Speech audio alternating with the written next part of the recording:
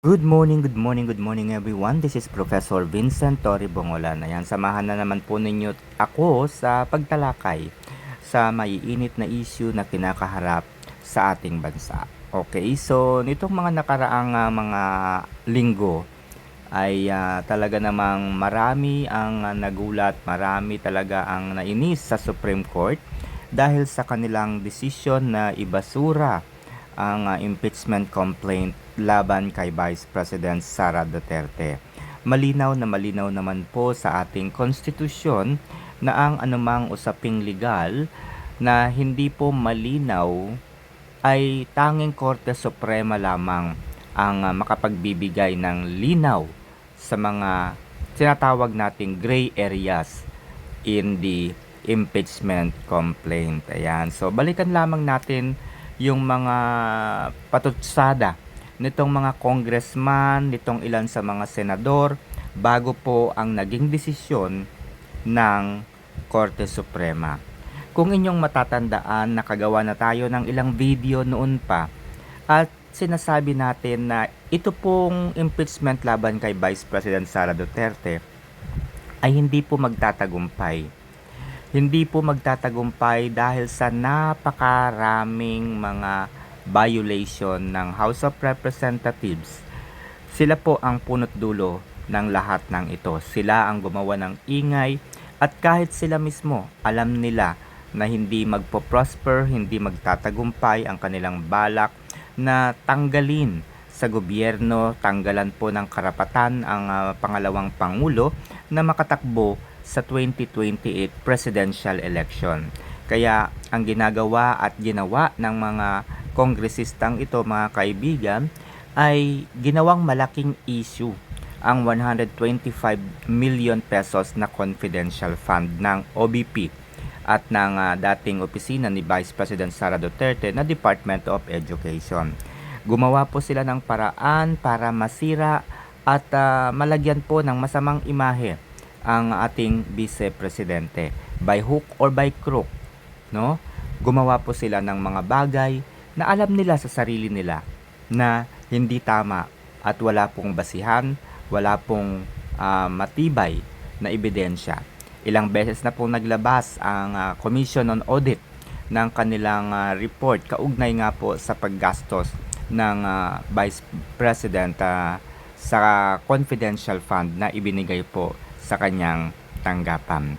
Balikan natin, 2022 to 2023, ang confidential fund na kino-question ng Quad Committee ay ang confidential fund na kung saan ay hindi naman po ang House of Representatives ang nagbigay sa Vice President ng budget, kundi ito po ay ibinigay sa opisina ni Vice President Sara Duterte sa pamamagitan po ng paghiling sa ating Pangulo na si Ferdinand Romualdez Bongbong Marcos Jr.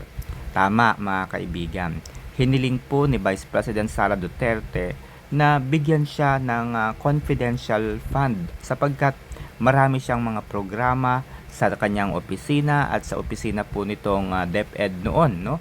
At mayroon lamang siyang gagawing mga proyekto na kung saan ay may kinalaman sa talagang paglilinis sa mga ahensya ng pamahalaan. Okay? Ibinigay po ang budget na ito sa bisa po ng I don't know kung executive order ba yon. Okay, ibinigay po sa Makatwid, no, yung budget.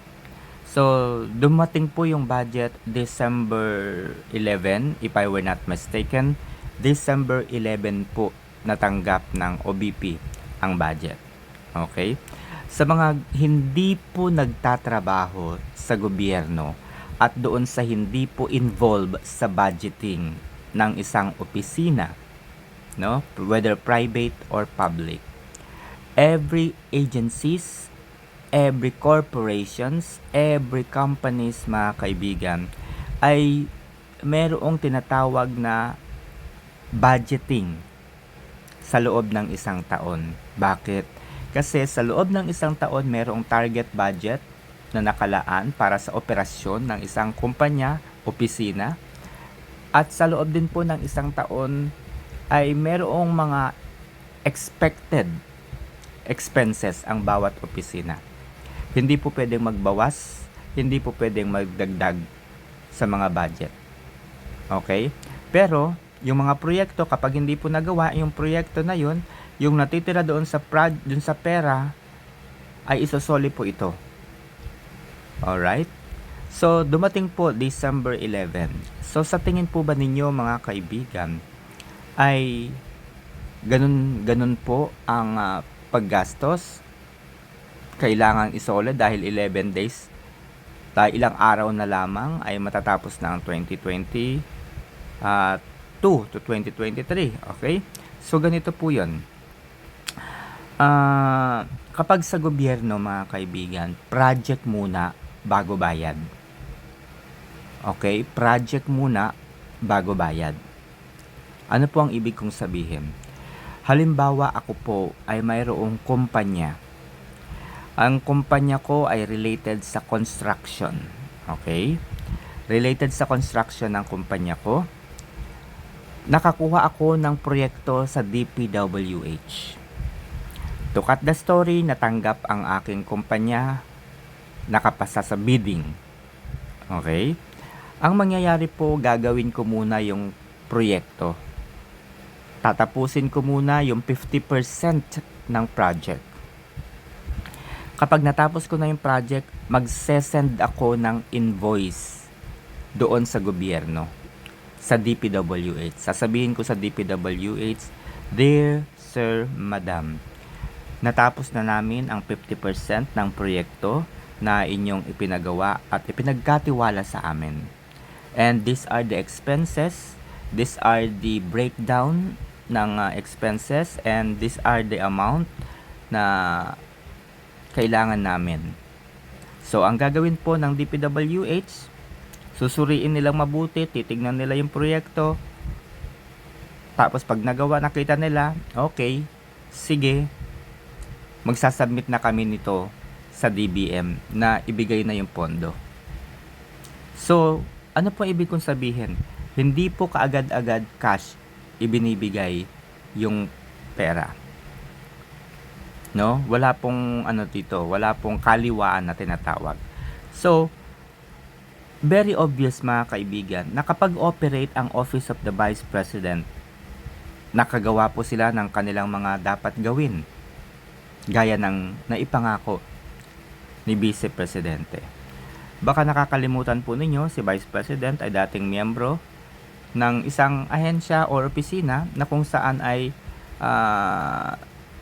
alam niyo na, nag-iimbestiga sa mga terorista, sa mga NPA na sumisira, nagre-recruit sa mga kabataan upang maging isang NPA. Miyembro po si Vice President Sara Duterte nito.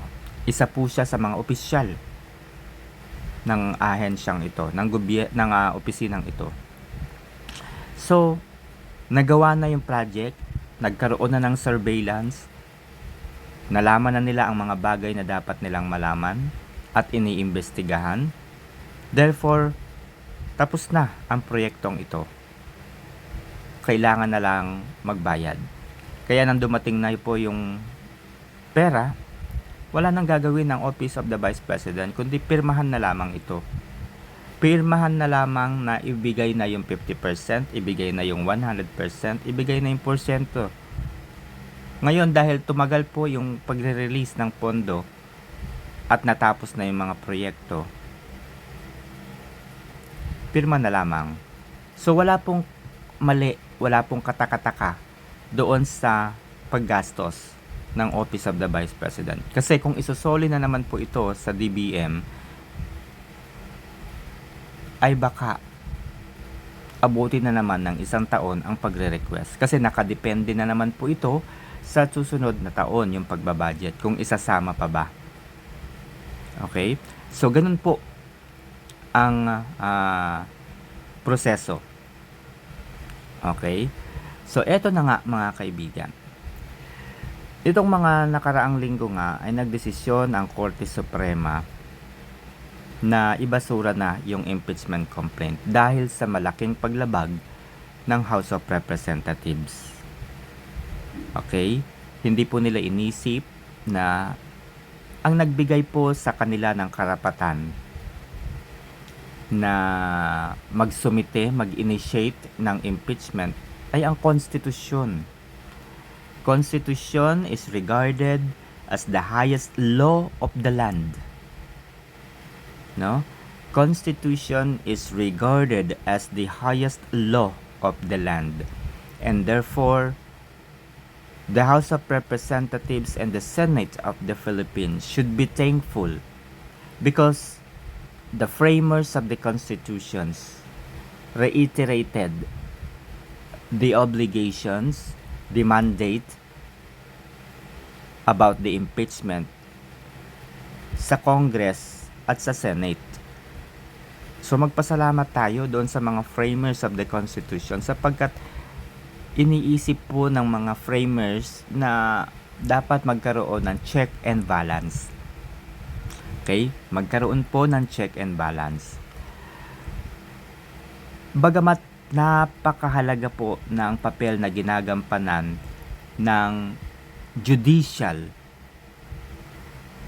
which is the Supreme Court nga po, ay wala pong karapatan ang Korte Suprema na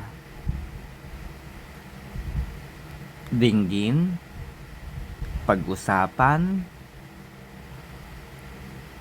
at magdesisyon kaugnay o magdesisyon sa lahat ng uri ng impeachment. Malinaw po yun. Wala po silang karapatan na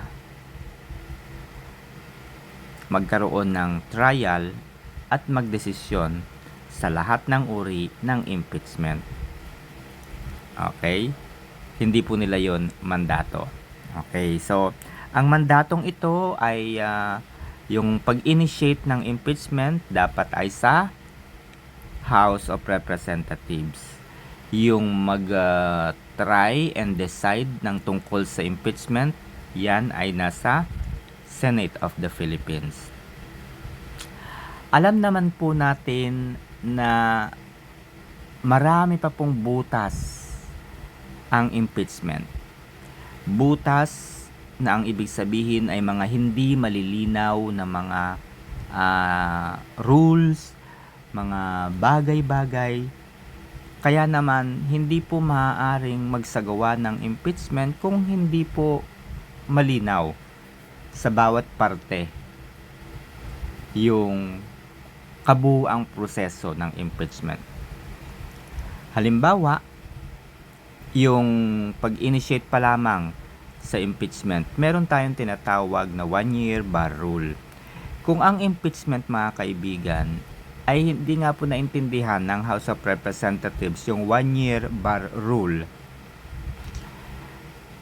tanging Korte Suprema lamang po ang magbibigay po ng kalinawan at sila po ang magpapaliwanag ano nga ba ang ibig sabihin ng 1-year bar rule. Tandaan po natin, ang House of Representatives, ang legislative branch of the government po natin, no? Ang House at ang Senate, ang kanilang mandato gumawa ng saligang batas, magsumiti po ng mga saligang batas. At pagdating po sa impeachment, masasabi nating political, mas mananaig at mas nananaig ang political side nila kesa po sa legal side. Bakit? Bagamat umaakto bilang Senate Impeachment Court ang Senado, bagamat nagiging korte po sila pagdating sa usaping impeachment, kung mapapansin po ninyo, not all the justice or mga hukom o mga judges sa Senate Impeachment Court ay mga abogado. Hindi po sila abogado yung iba. Okay, kumbaga hindi po gumagana ang pagiging abogado ng mga senador pagdating sa impeachment complaint. Ano po ang gumagana? Ang gumagana po sa kanila ay ang pagiging senador po nila. Ibig sabihin, political side. Okay, political side po ang nananaig sa kanila. Ngayon, para hindi maabuso ang mga karapatang ibinigay ng konstitusyon, para hindi po maabuso ang mga karapatang ibinigay sa konstitusyon, ibinigay ng konstitusyon sa kanila, ayan, ay merong tinatawag tayong check and balance. Dahil kapag inabuso na po nila yung kanilang mandato, dyan na po papasok ang legislative branch of the government, ang Korte Suprema. Dahil hindi nga po sila abogado at hindi umiiral ang pagiging abogado nila, bagamat ang iba sa kanila po ay abogado, hindi po mananaig at hindi po umiiral yung pagiging abogado nila dito, ha. Ang umiiral po ay ang pagiging politiko nila. So therefore, political in nature po ang laban ng legislative. So, may nakasaad po doon sa konstitusyon na kapag mayroong mga step, may mga rulings na hindi po nasunod sa konstitusyon, konstitusyon din po ang nagsabi, Korte Suprema, makialam ka na. Malinaw po na ang nagbigay din ng karapatan sa Korte Suprema na ipaintindi sa lahat ang legal aspect, ang legal side ng usaping ito. Sabi po sa konstitusyon, ang tanging branch ng gobyerno na magbibigay ng kalinawan sa mga gray areas kung tawagin ay ang Korte Suprema. 'Di ba? So, nakasaad po sa konstitusyon may mga gray areas tungkol sa issue na ito. Very unique, bagong-bago ang impeachment complaint laban kay Vice President Sara Duterte. So, maraming naguguluhan, maraming nalilito.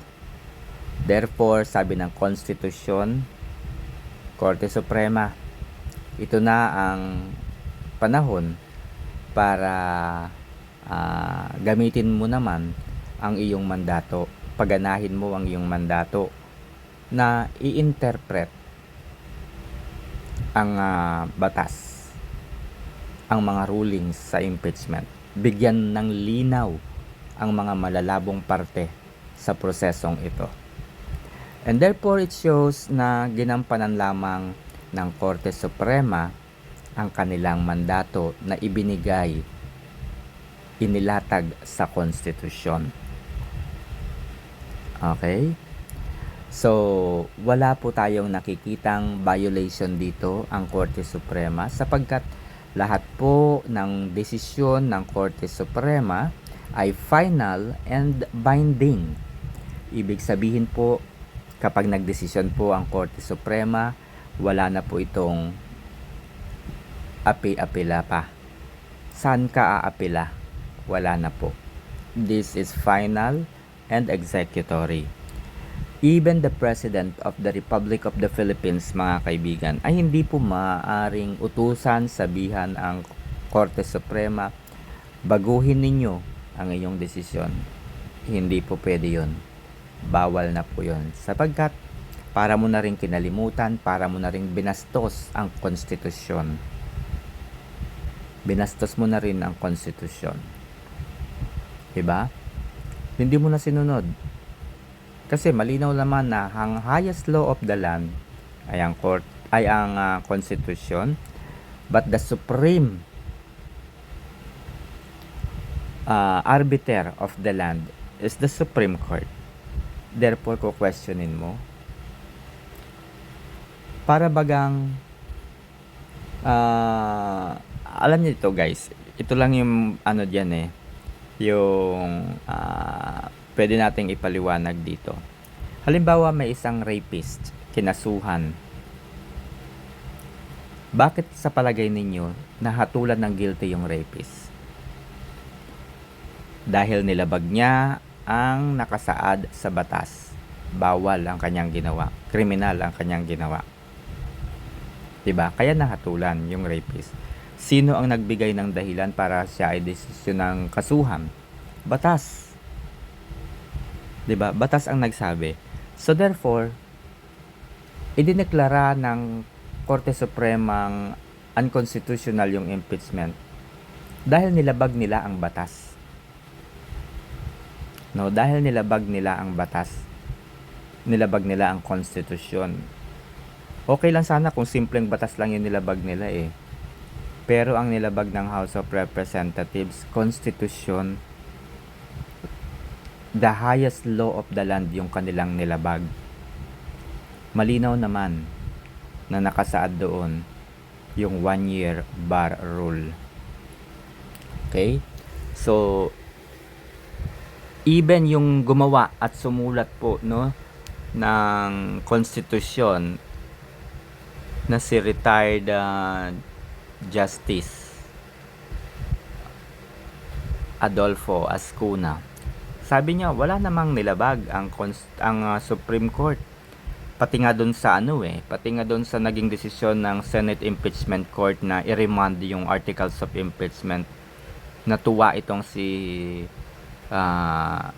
Attorney Ascuna. Sabi niya, bagamat unique itong cases na ito ni BP Sara at wala ito doon sa konstitusyon, ganyan, ito ay isang maayos, malinaw na naging desisyon ng Senado na i-remand sapagkat tinutulungan lamang ng Senate Impeachment Court yung House of Representatives na itama yung kanilang dapat itama.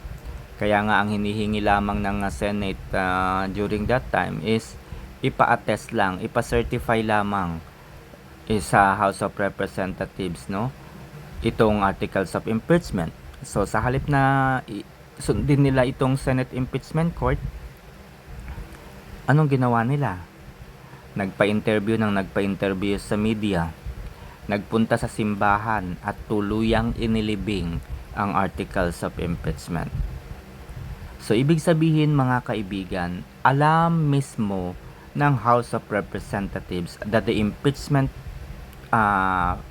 complaint that they filed is void from the start. Void ab initio. Bakit? Kasi kung talagang kumpiyansa sila, kung talagang confident po sila na meron silang sapat na ebidensya, matibay na mga testigo na makapagsasabing ka-impeach nga itong si Vice President Sara Duterte, hindi ko aaksayahin ang oras at panahon ko sa mga walang kwentang bagay kagaya po ng pag-iingay sa social media, pag-iingay sa media, pagpapa-interview, pagpunta sa simbahan, ililibing, mimisdadasalan. Those are abstract way of informing the people that impeachment is void from the start. At nililibing po nila mismo. Sila mismo ang naglibing. So, yun po ay pagtanggap sa katotohanang wala silang sapat at matibay na ebidensya laban kay Vice President Sara Duterte. Kasi alam naman natin, alam na nila yan magtatapos na yung kanilang termino bilang 19th Congress and hindi sila pwedeng magtuloy. So alam nila yan na mag-a-adjourn sine die, 'di ba? Pero sa halip na gumawa sila, bilisan nila yung proseso, bilisan nila yung hinihingi ng Senado. Hindi nila binilisan. Bagkus nga, nagpamisa-misa pa sila.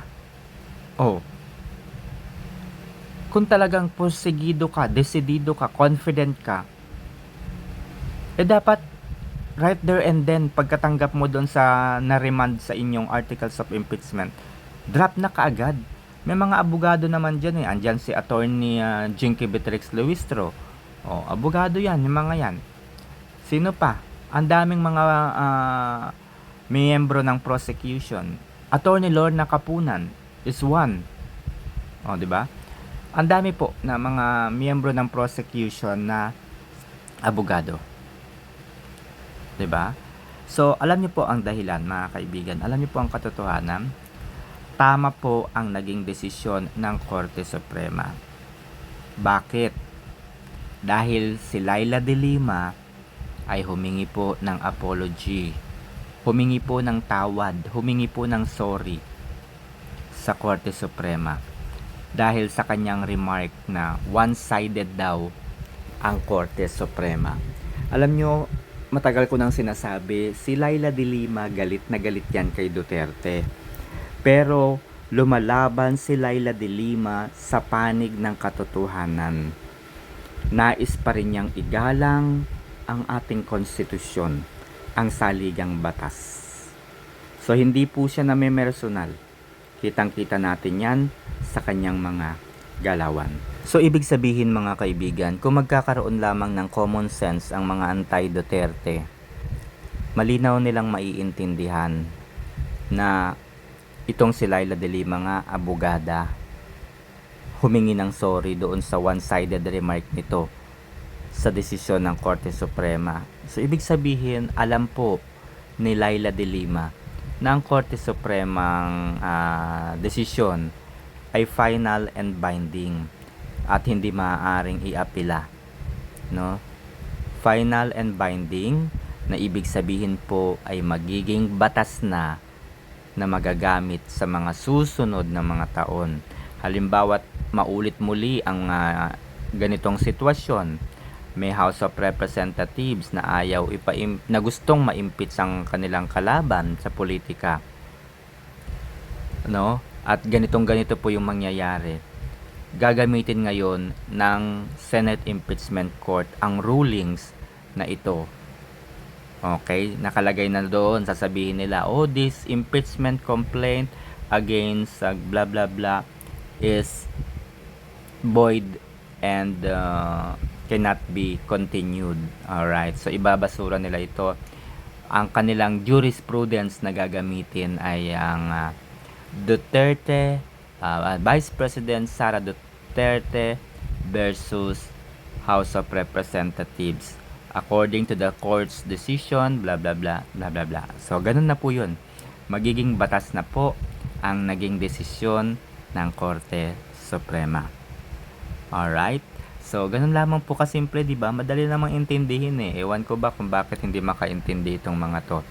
So, ngayon, si Larry Gadon ay hinahamon niya itong si Attorney Topacio na magkaroon daw ng karaoke. Ano ba yan? Magkantahan, magjamming. No, for a cause. Sinupalpal siya ni Attorney Topacio. Na si Attorney Topacio po kasi ay abogado pa at pinoprotektahan lamang niya yung pagiging professional. Kaya, yun.